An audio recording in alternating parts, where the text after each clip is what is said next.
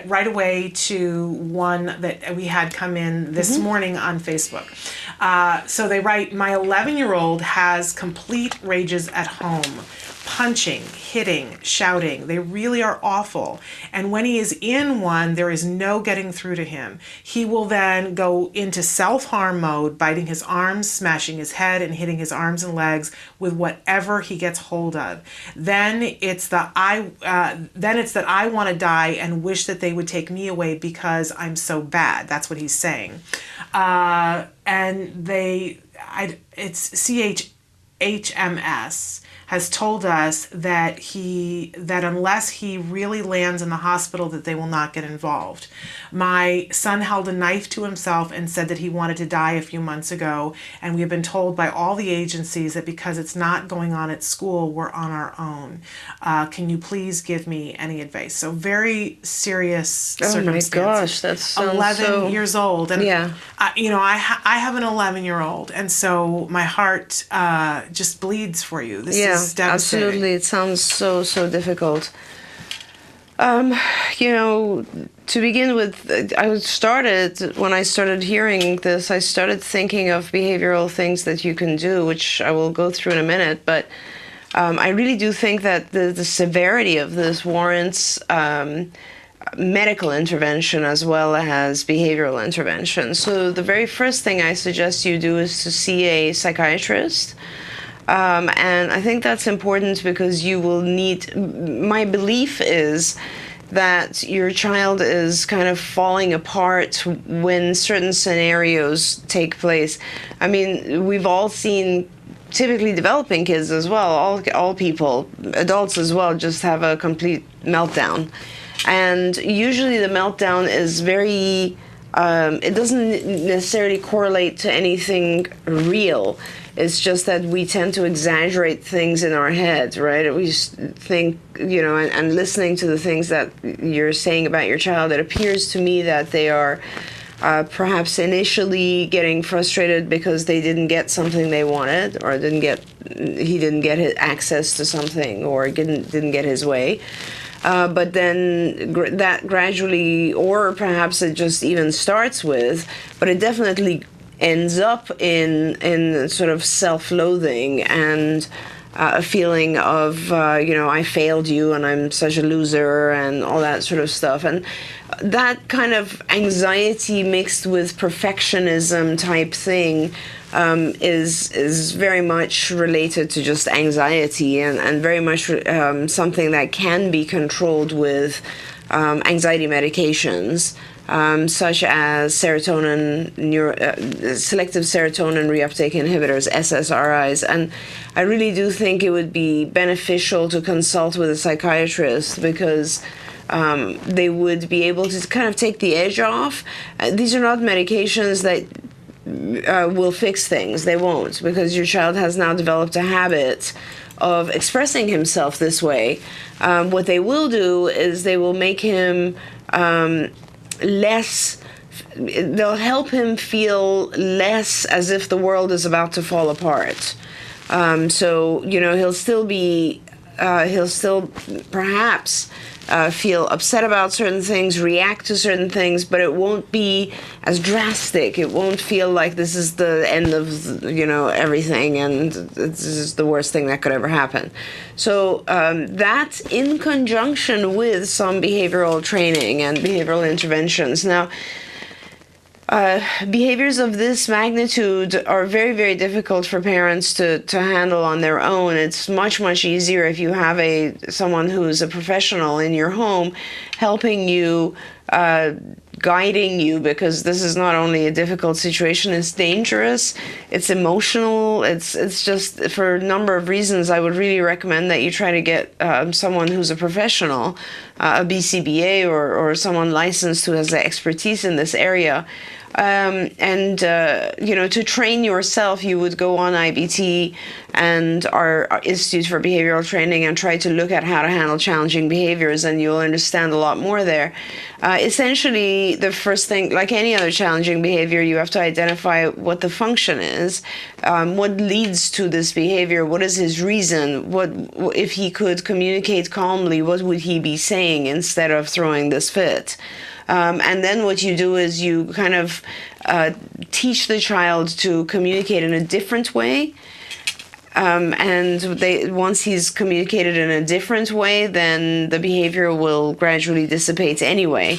You prevent the bad behavior, and you kind of teach the child to do it in a different way or express himself in a different way. So, having said that, I mean, that doesn't give you a lot to go by. But realistically, once you have your child in a place where they're a little bit calmer, then what you're doing is really kind of preventing the escalation of that kind of behavior to begin with.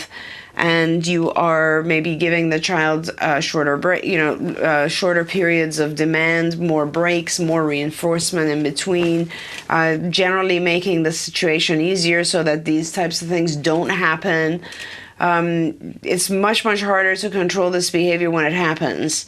If you can kind of figure out when it's going to happen and do these types of measures beforehand, like giving him other ways to communicate himself, those things help. The very first step is to conduct an FBA, a functional behavior assessment, and you would need to be trained to do that.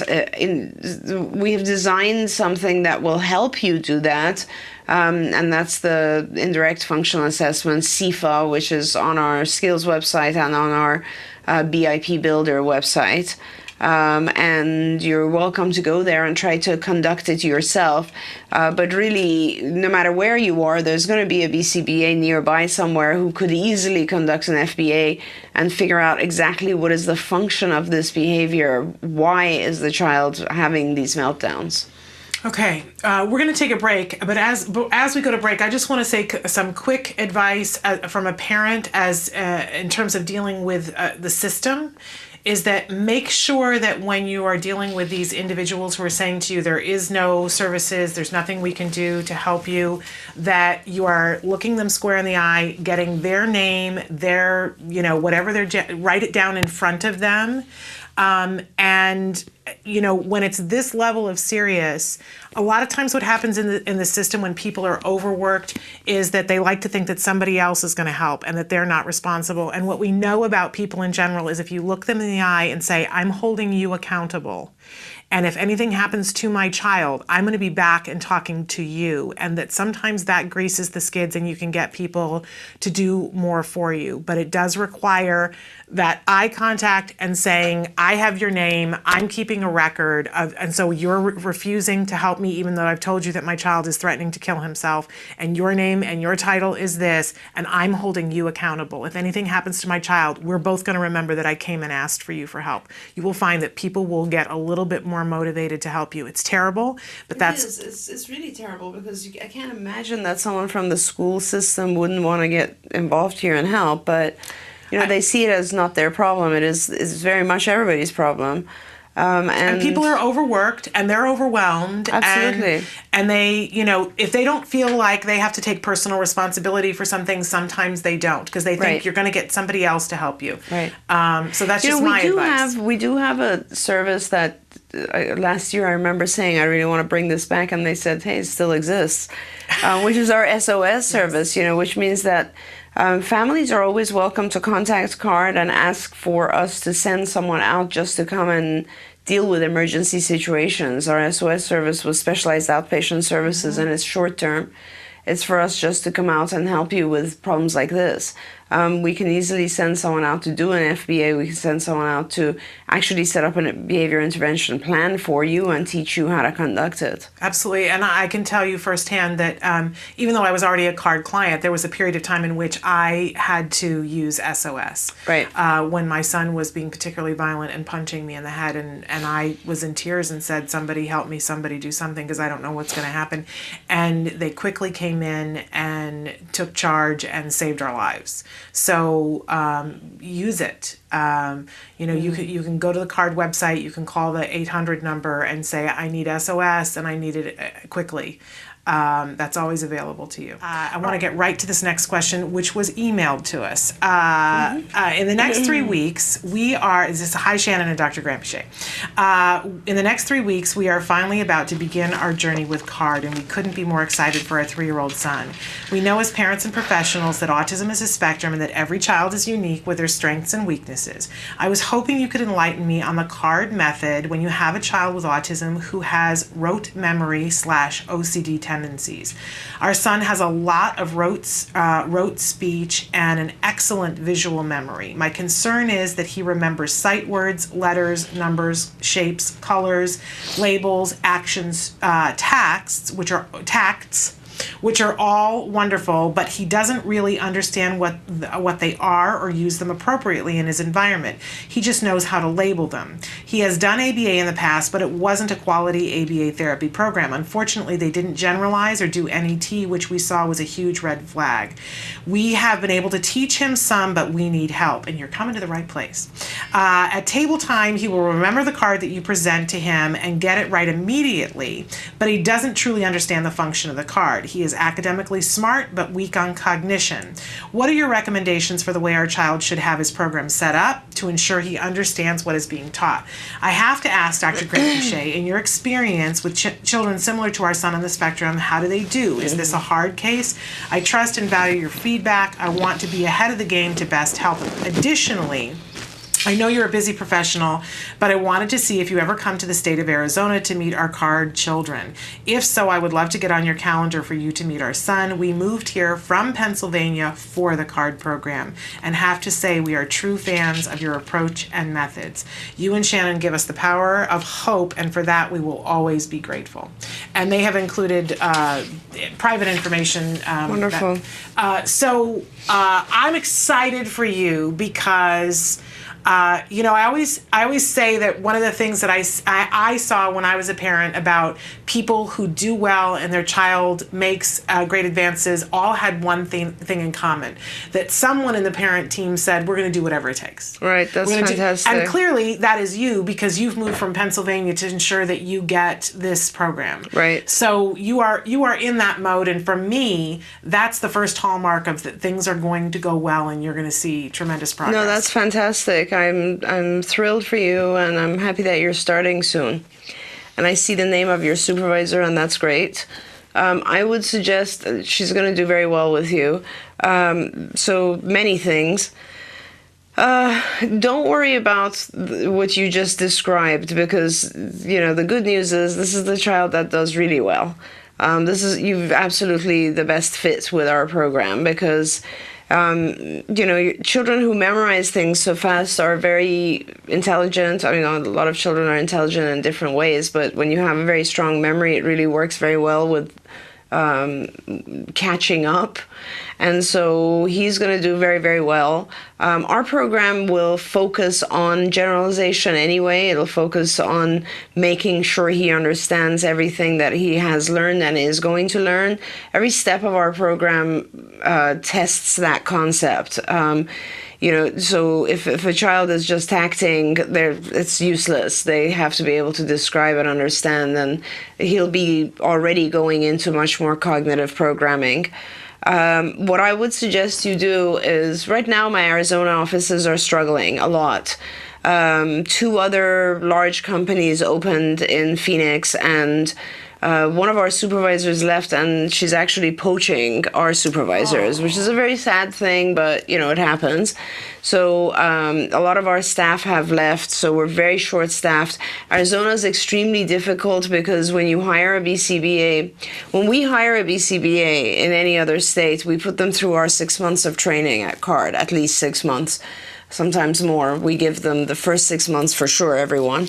And the problem with Arizona is that there's an ABA licensure, which takes longer than that even. It takes a really long time to get someone licensed, even though they're BCBA board certified, because Arizona, in my opinion, misunderstood the board. The BACB, the Behavior Analysis Certification Board, requires that you do 1,500 hours of supervised work, but you could also do it 750 hours, but with sort of double the intensity.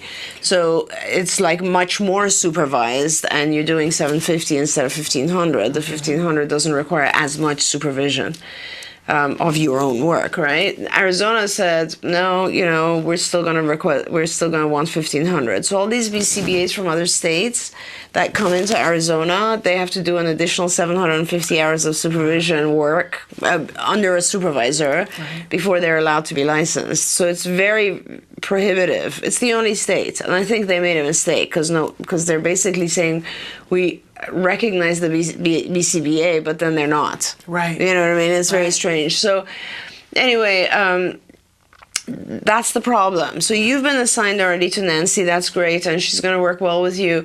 I would recommend that you try to get a consult with Ben Craigshead, who is one of our senior staff who comes out there pretty often. I don't know which office you're in. Phoenix. Our Chandler office, we have one of our senior people there, who is Jamie, and I would recommend that you try to get Jamie to see your case once, get Ben to see your case once, not all at the beginning. Let Nancy do her work for a while, because she knows what she's doing, and she's going to need some time to get things under control anyway, and to kind of get to know your son and to get the program underway. I personally always like to have some of my senior folks step in, even if I'm overseeing a case. It's useful because someone else's vision and ideas I might have forgotten. It's kind of like just putting your minds together. So it's always nice to have someone else. I do visit Arizona. I will, every time I come out to Arizona, I come out to all the offices. When I do, I let the supervisors know. So Nancy will know, and she'll let you know, and you'll be able to sign up to see me. I generally, when I go, because Arizona is so close, I usually spend a day there. There's many other supervisors who come to Arizona. Here are their names. Our clinical director, Evelyn Kung, visits Arizona. Please get on her calendar. She's, I think, coming out there. She comes out there, I believe, every 2 months or so. Right now, we've put a lot of support in place for Arizona because they're short-staffed. We want to make sure our kids don't get upset or their programs get messed up. The other person who's extremely senior is Jennifer Yakos. She's from our training team, and Evelyn and Jennifer both have the Arizona license, as do I, and so they come out pretty frequently to help with the newer supervisors who are waiting for their Arizona license to clear. Mm-hmm. So any of those people, your office manager is Micah in Arizona, and she's a fabulous young lady, and please talk to her. You're in the Phoenix office. Please talk to her and tell her that you want to get on the calendar to see Evelyn or Jen when they next come out.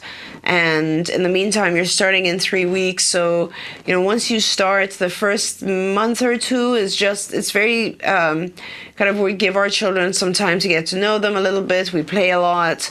We want the therapists to acclimate to the child. You sound like a very involved parent. I love that. That's fabulous. Don't worry about these issues. This is exactly the type of child we love to have, because we will automatically generalize and make sure he benefits.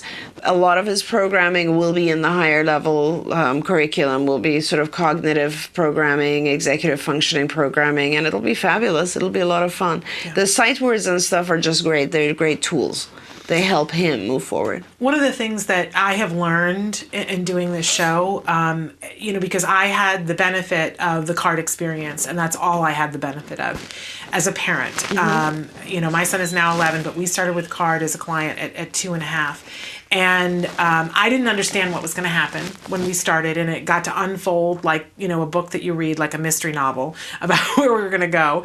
It's fascinating to me now to go back and watch the A words, because I get to enjoy the process now. Right, I was so panicked the whole time about, is this going to work? How is this going to happen? Why are they doing this first? I didn't know. And I encourage people to watch the A words so that you can see how it unfolds.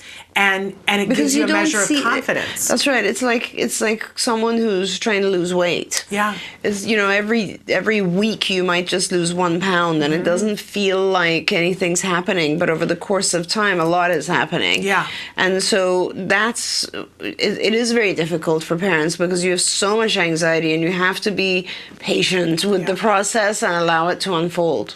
And I really have learned, I learn every day how grateful I should be for having the card experience. I'm going to get choked up because parents like you write in and talk about, and this is a very big deal, and I'm sure that you see this, but I don't know how much of a front row seat you get of the bad ABA, but parents write in and say, well, they sat and they taught my child, and my child now knows these labels, but they don't know how to take it the step further so that it becomes the child's own.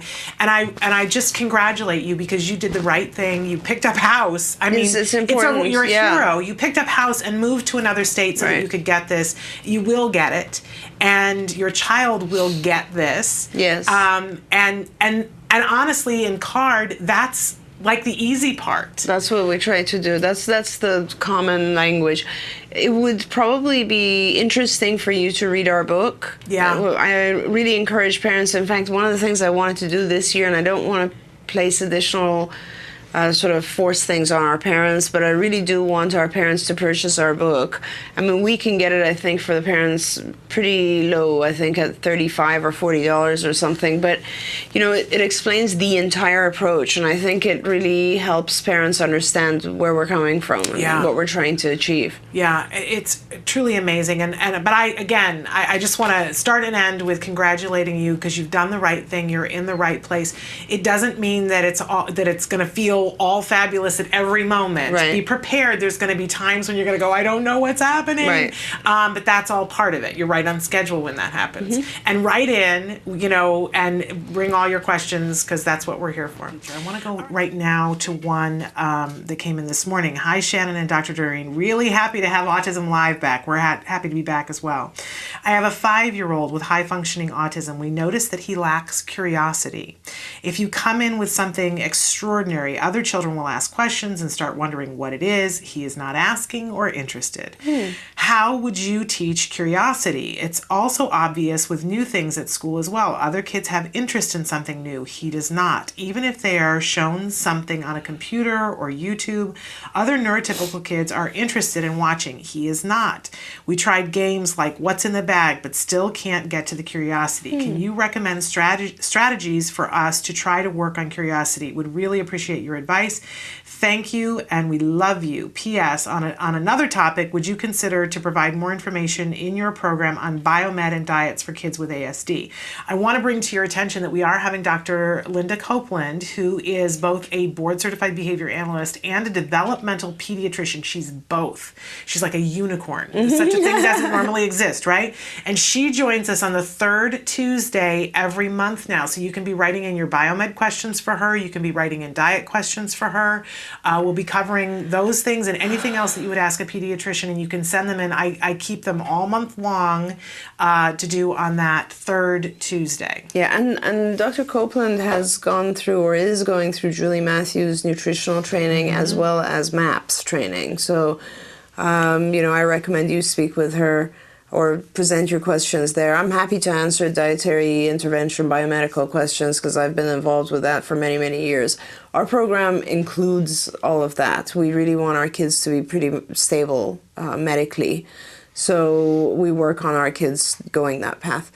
Curiosity. I'm not sure that what you've been doing is fabulous. You mentioned that you've done sort of like surprise look in the bag or something, and that's great. I think the feature that's missing might be the reward aspect. With typical kids, I think their curiosity is naturally rewarded when they find out something. And with some of our kids, maybe they're not paying attention or interested. What I would do is I would start by rewarding your child if he can describe the item or if he can answer the questions that you expect he would be able to answer had he been curious. In other words, had he been curious, he would have asked, well, what is it? Or What does it do? Or some other thing about the item that he doesn't quite know about. And so if he is so what you should do is bring out the item and say, do you know what this is? And he'll say no.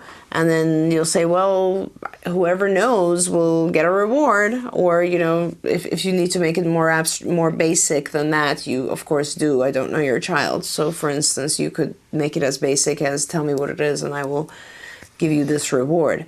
So reward the ability to describe the object or name the object or tell you what it does or whatever it is. And then I think that will start to develop an understanding in your child that it's good to ask questions about objects. Now, when we are young children, we are very curious. You know, this is something interesting that you brought up. I'd never really noticed that our kids might not be curious about things. The way that I see it is this. It's kind of interesting. That's like this question has made me really think, because I wonder how much curiosity affects our overall learning or lack of curiosity. So the way that I see it with typically developing kids is that they start out being very broad when they're young. They're pretty much curious about everything, right? They really want to just ask questions about every single thing. Our kids are a little bit more narrow in the scope of interest. So they might not be curious about everything, but they have great amounts of curiosity about certain things. And they tend to develop those certain areas much, much more. So, you know, I guess experiment with that and see if your child has other areas that are more narrow, perhaps, but of interest to him, and maybe throw those in with the areas, like intermix. If you're asking about objects versus, let's say, music, I don't know what your child's interests are, but intermingle those topics, because then he will start to actually perhaps pay a little bit more attention to things that are not really of interest right now. And secondly, don't worry too much about it, because you know, our kids tend to develop skills that are very, very advanced in certain areas and not in all areas. So I'm not really concerned about that. But what a fantastic catch. And, you know, I don't think we have a lesson that would, the only lesson that I can think of that would approach teaching curiosity is, well, you know, we do have lessons that focus on like this, what is in the bag. Like we have the child put their hand in a bag, they can't see what it is, but they have to feel it and describe what it is, and then guess what it is. Maybe try that. Yeah. And also observational learning itself, obviously, because observational learning is a lesson where you will ask the child something they absolutely don't know. You know, what's the capital of France, or something they won't know. And then they have to go ask others and figure it out. Or one step of that lesson is to go ask others and figure it out. So those types of lessons might help. But I think more so you just need to start rewarding the answers that the child can gain by being curious.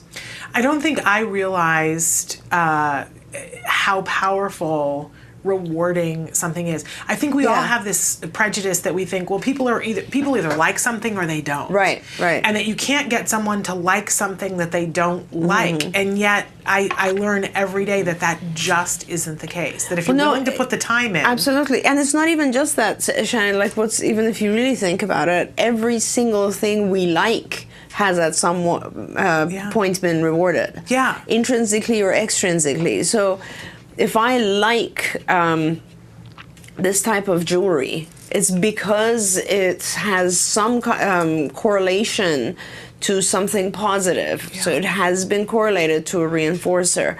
That's our entire lives. Everything we do is conditioned already from childhood. So the fact that we're telling you to condition curiosity, to reinforce curiosity, is nothing other than doing a little bit more of what the environment would normally do. Yeah. And I think about with my son, each year I like to go all out in terms of decorating for Christmas, and he has never been interested in that. It just wasn't his thing, and I think that there were years when I was like, oh, well, woe is me. I didn't have a daughter. I have a son, and he's just not interested in that. But every year I've tried to make it extra special with rewards that mean something to him, which are not the same as the rewards that mean something to me. Sure. And this year he was interested and Absolutely. wanted to. And it was amazing to me. And I thought, wow, all these years that I've put in the work, and it's something that only comes up once a year for Christmas, but it meant something, and it was so exciting to me. That's fabulous, because that's a habit. That's how habits are formed. Yeah. So to him, I guarantee you that he will do this his whole life. Yeah. Because it's not just that he's, appreciating how beautiful things look once it's decorated, but it's because he will remember this is an activity I did with mom my whole, for the first 10 years of my life. Which honestly is why I want it for him, because I remember doing it with my mom. There you go. There you go. And it's a fantastic thing. And this is like, I do this with my kids as well, where I basically force them on there's no one in the house that does not put an ornament on the tree. Right. Like, everyone has to put ornaments on the tree, and especially my kids and I, we spend the whole day doing that. Yeah. And so it is definitely, I'm certain that if I wasn't there, they would continue to do that. And it is about the things we reward. Yeah. Now, curiosity is a little bit different because there's an intrinsic motivation for it. Yeah. But having said that, you can develop it. You can develop an interest or motivation in everything. Yeah. But I imagine it's something that takes time, but how empowering to know that you can do it if you're willing to put in the time and the effort. Questions. I want to move to another one that came in our live feature this morning. I'm very curious about the thing you were telling me over break as well. I was talking right up to the last second. But maybe it goes hand in hand with this. We'll see. Good morning. My daughter's therapist and I are working on rolling the ball. For the past few weeks, she is hitting the ball, but not rolling it. We're doing hand over hand, but she doesn't seem to understand rolling. Should we try something else? We are also working on touching her nose, but she only touches her mouth. Thanks so much. Any suggestions? I love the show.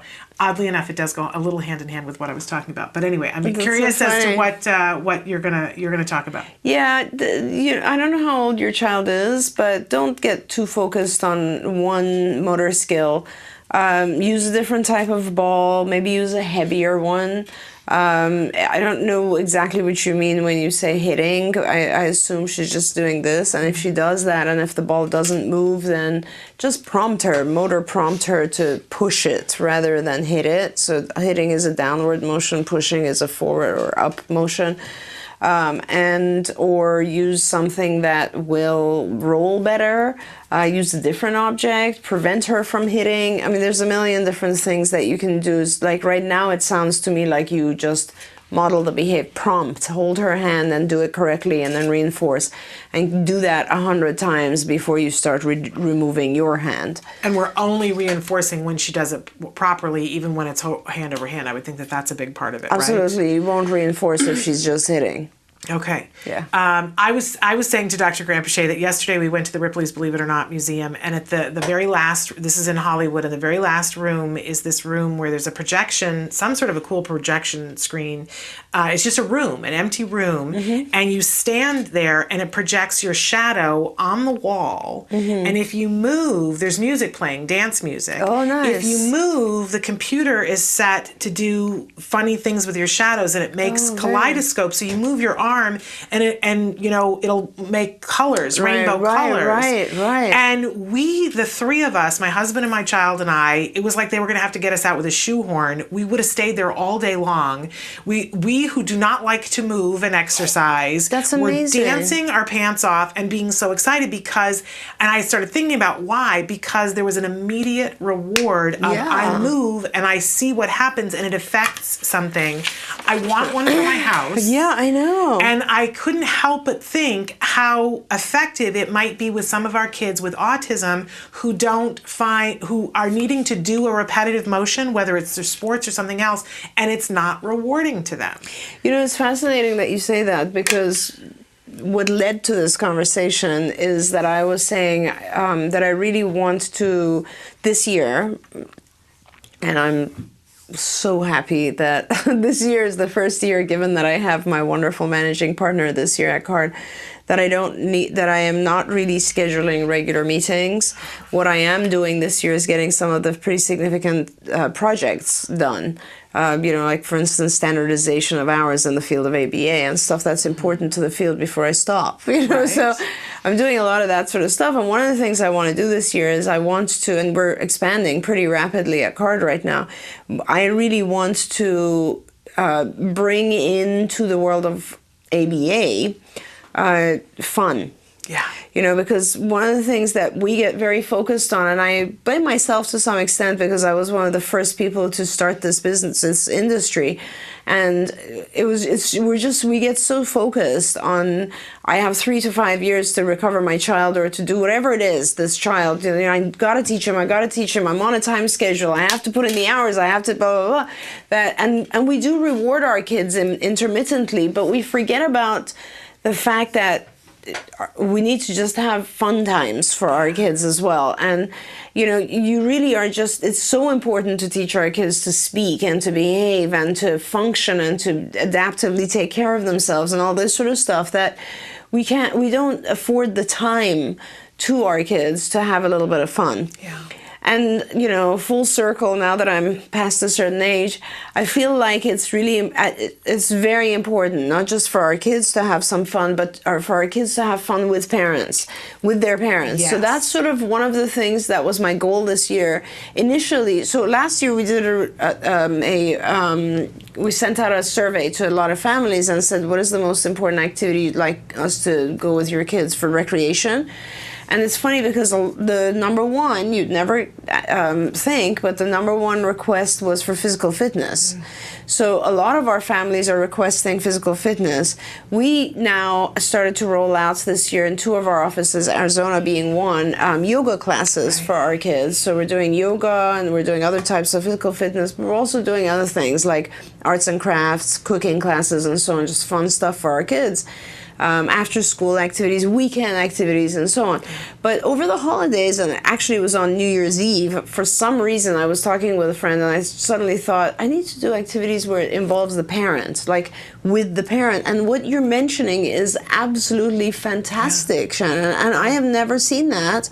Cool. I do with, it might even, I have to talk to my daughter Charlie because there is something like that on the Wii games. Yes. But I don't know if it has that sort of kaleidoscope. I don't know either, because we have a couple of those Wii games too, and I started looking at that last night and hadn't found any information yet.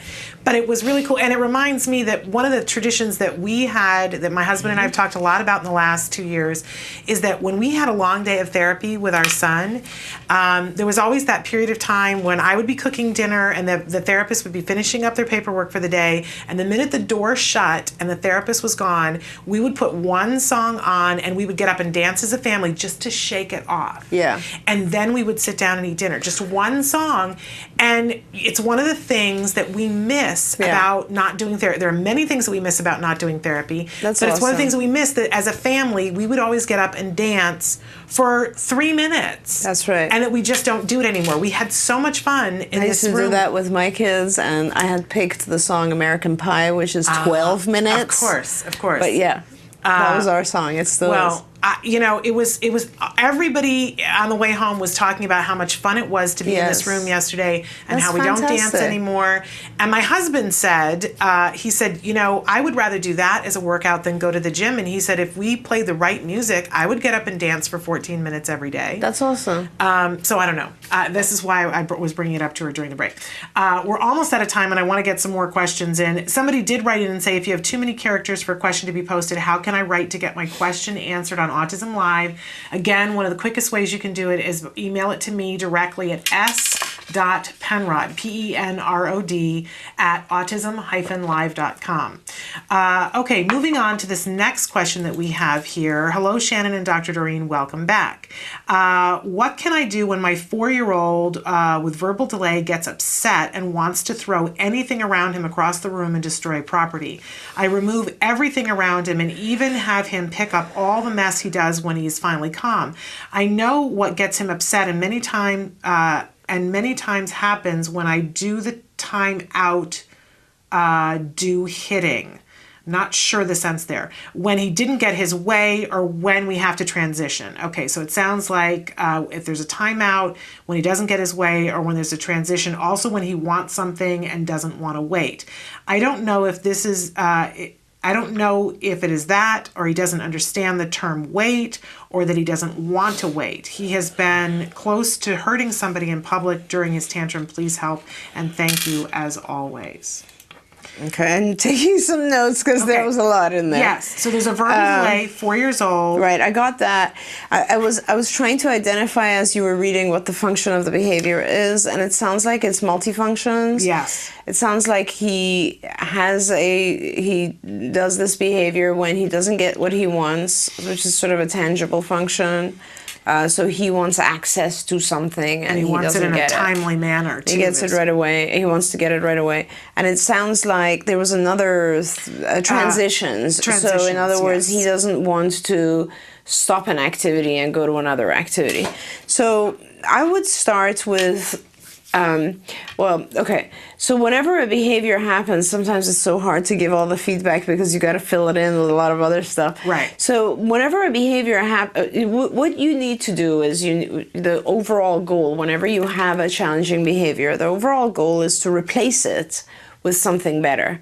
And the way to replace it with a better behavior, with a more acceptable behavior, is to not let this behavior be effective, but let the better behavior be effective. So for instance, let's say he wants access to something. That's the reason he's throwing a tantrum and he wants it right away.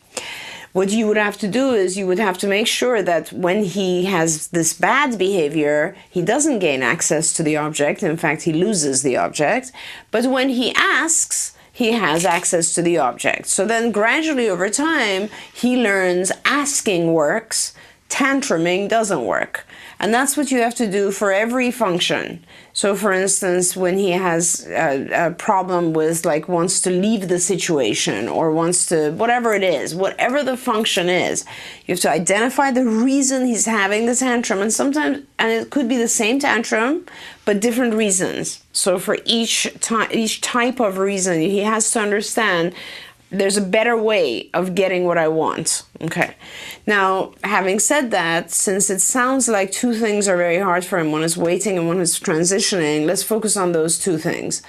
Waiting, you should teach him completely separately outside of this type of environment where this is happening. So this is a separate program you're starting. It has nothing to do with the next time he tantrums.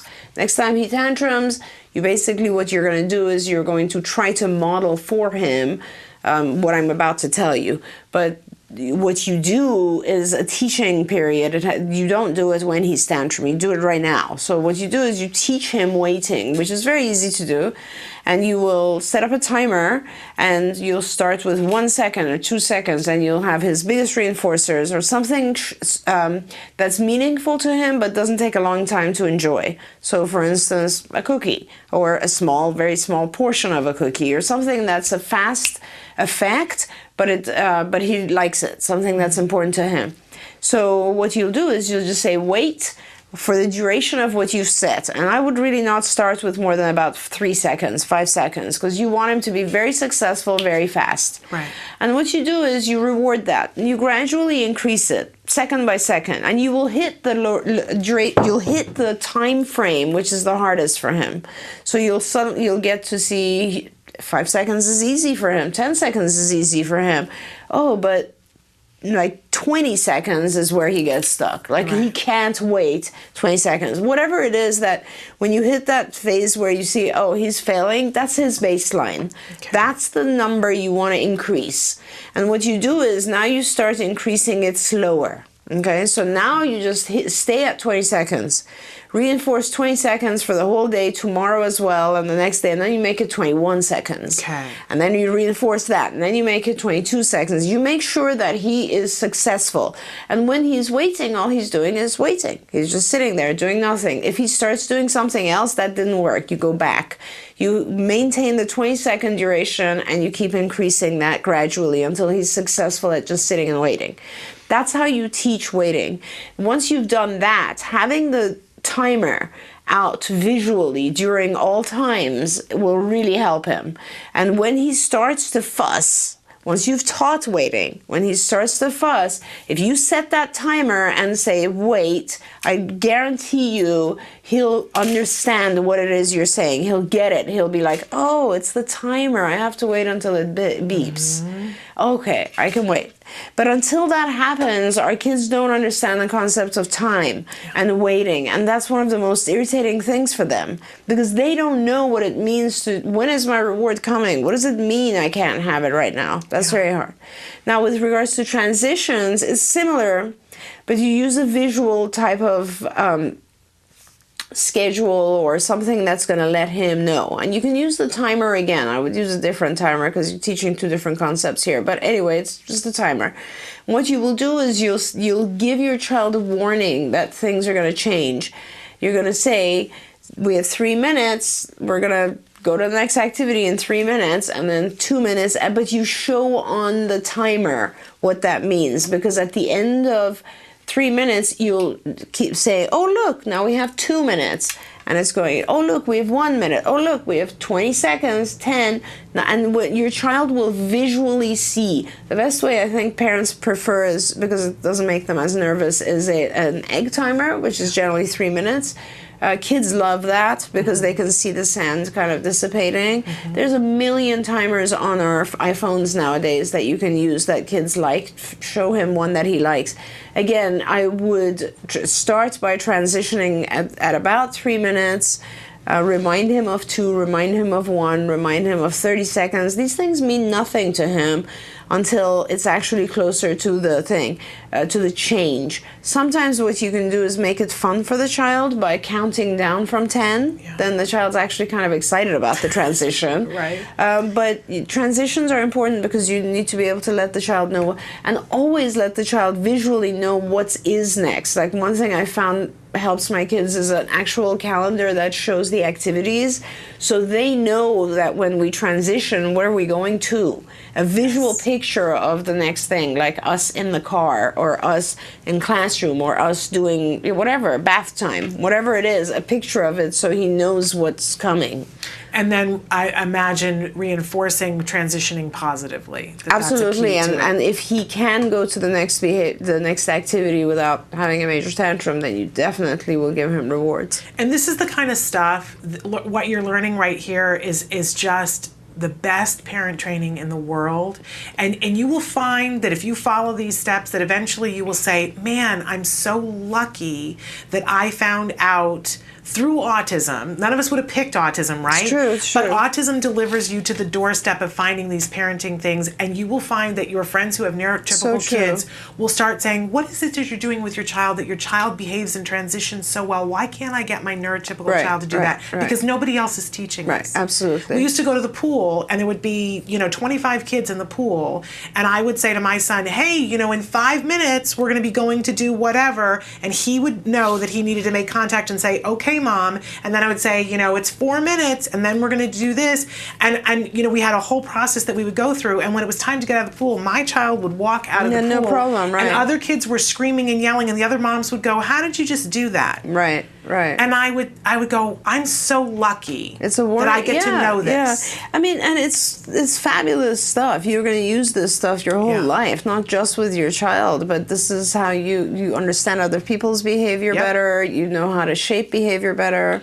It's amazing. It's like the keys to the kingdom, and you will find that so much of your interaction with your child will go better when you use these things. Now, do I always remember to use these things? No. And most especially, do I remember to reward? That's the thing that I forget the most, and it's the most important part of it. True. But now my 11-year-old reminds me. If I do reward him, he'll say, you're not doing that enough. That's awesome. I love that. Okay, you're right. But I'm glad that this was the last question we got to answer today, because waiting and transitioning are two of the top reasons our kids fall apart. Yep. So if you can work on waiting and transitioning, you will have given yourself and your child really important tools. Yeah, absolutely.